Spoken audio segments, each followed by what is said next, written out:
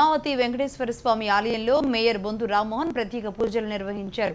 దేవస్థానం 33వ వార్షికోత్సవంలో పాల్గొన్న ఆయనకు ఆలయ అర్చకులు తీర్థ ప్రసాదాలు అందజేశారు. ప్రజలు సుఖ సంతోషాలతో ఉండాలని వెంకటేశ్వరుణ్ణి వేడుకున్నానన్నారు. సీజన్ వ్యాధులు వ్యాపించకుండా తగిన జాగ్రత్తలు తీసుకుంటున్నామన్నారు మేయర్ బొంతు రామ్మోహన్.